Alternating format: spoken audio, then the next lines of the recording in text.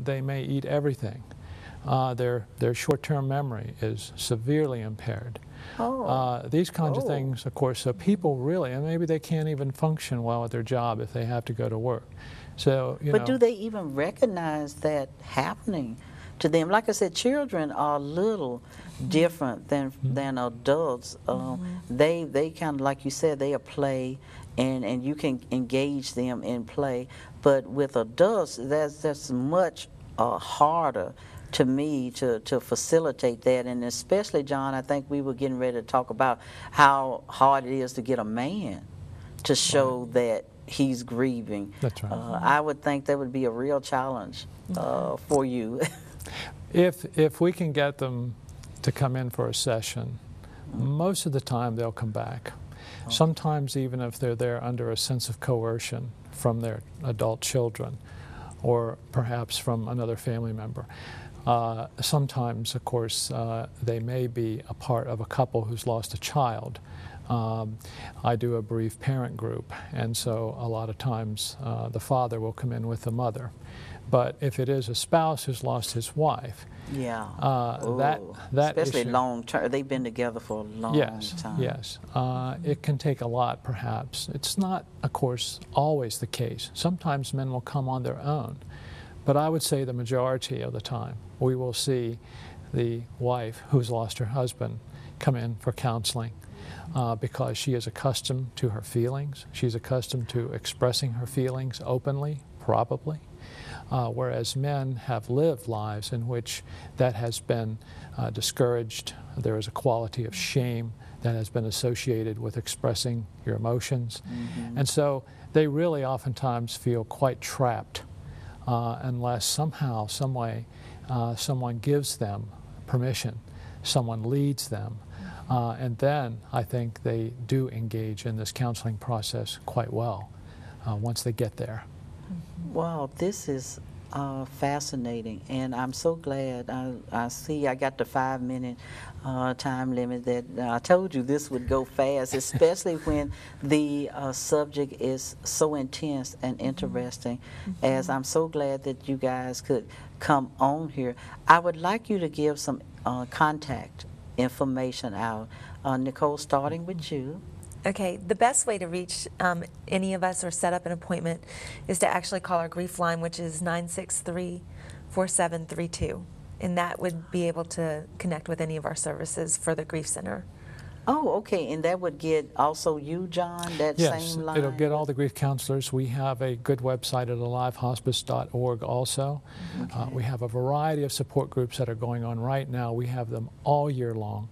Wow. They're separated out so that you have loss of spouse, loss of child, loss of parent. That's what I meant to ask too, about the years and well, not the years, but certain times, such as holidays. Do you get more of an influx of people calling you, say, especially getting around Christmas and Thanksgiving?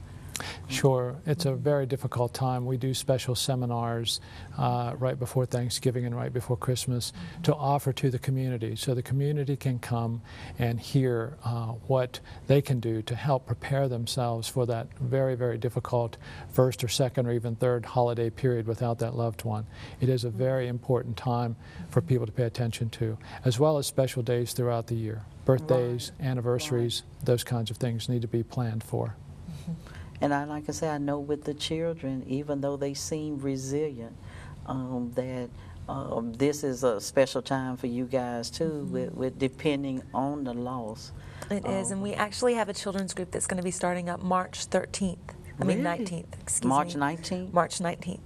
And if people want more information, they can call the grief line again at 963-4732.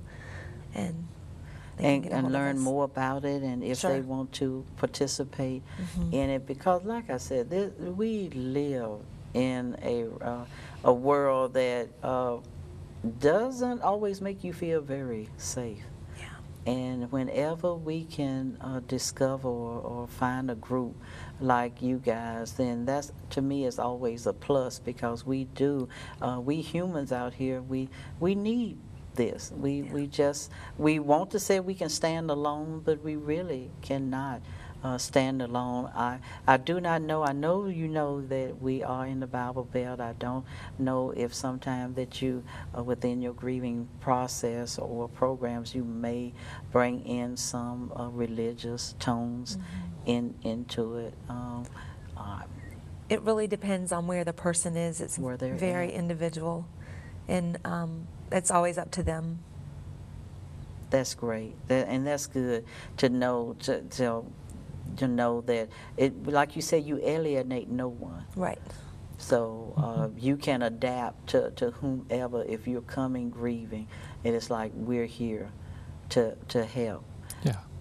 Yeah, if individuals come to us and they're particularly really focused on a particular issue of how that loss happened, for instance, if they need to really focus on the medical part of how this person passed, we will often, if they were a hospice patient, get them together with our medical director, or we'll get them together with a nurse, or we'll encourage them to go back to the hospital, perhaps where their loved one died, or maybe go and get a police report. They have to work through a lot of that kind of stuff sometimes before they can really get to the grief work. Really? And sometimes, of course, their issues are quite religious based.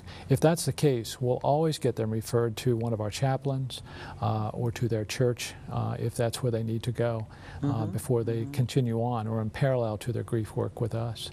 Wow, so like I said, it looks like that you do have a structure for every circumstance that you may come up against or whomever may come to you, and I think that is just great. I think that is awesome.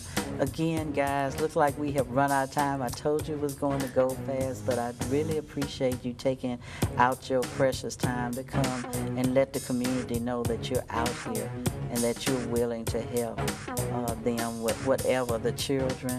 I know that you do a wonderful job with the children. It just looks like you would just be great with the children. And John, I know you got 17 years experience. That is always a plus.